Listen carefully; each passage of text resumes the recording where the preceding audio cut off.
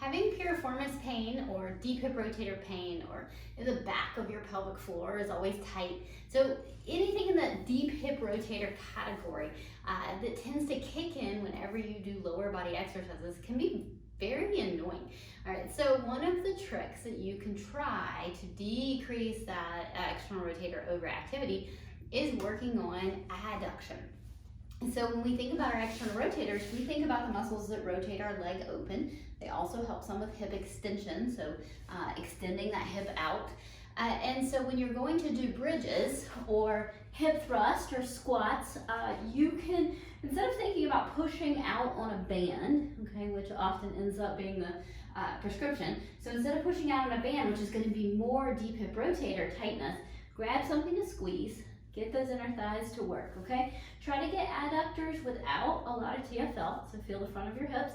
All right, so TFL should be a little bit soft and squishy. You should be able to squish this around. Squeeze and lift. And that's gonna give you a lot more glute max, some glute medius too, which is good.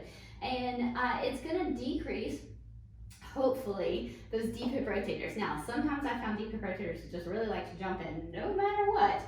But oftentimes this will help for getting the back of the pelvic floor to let go a little bit, getting the deep hip rotators to let go a little bit, getting the piriformis to let go a little bit. So try this.